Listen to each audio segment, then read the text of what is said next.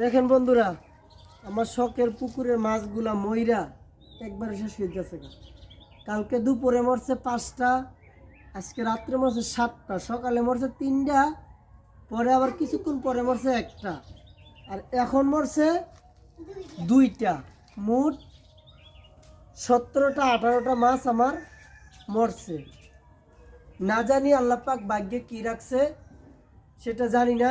প্রায় 1,00,000-2,00,000 টাকার মতো এইখানে খরচ করে ফেলছি, ইনভেস্ট করে ফেলছি। আল্লাহ পাক জানে আমার ভাগ্যে জানি কি আছে। আপনারা দেখেন এত সুন্দর সুন্দর ঘাস কাপ মাছ, বৃষ্টির কারণে নতুন পুকুরে তো গোলা পানি চলে আসছে, এই জন্য নাকি মাছ মারা যায়।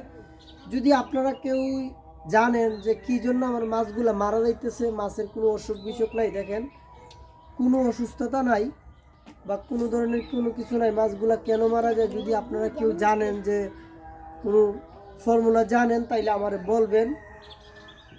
এমনও তো হইতে পারে আপনাদের একটা ফর্মুলা আমার এই মাছগুলা বাঁচতে পারে।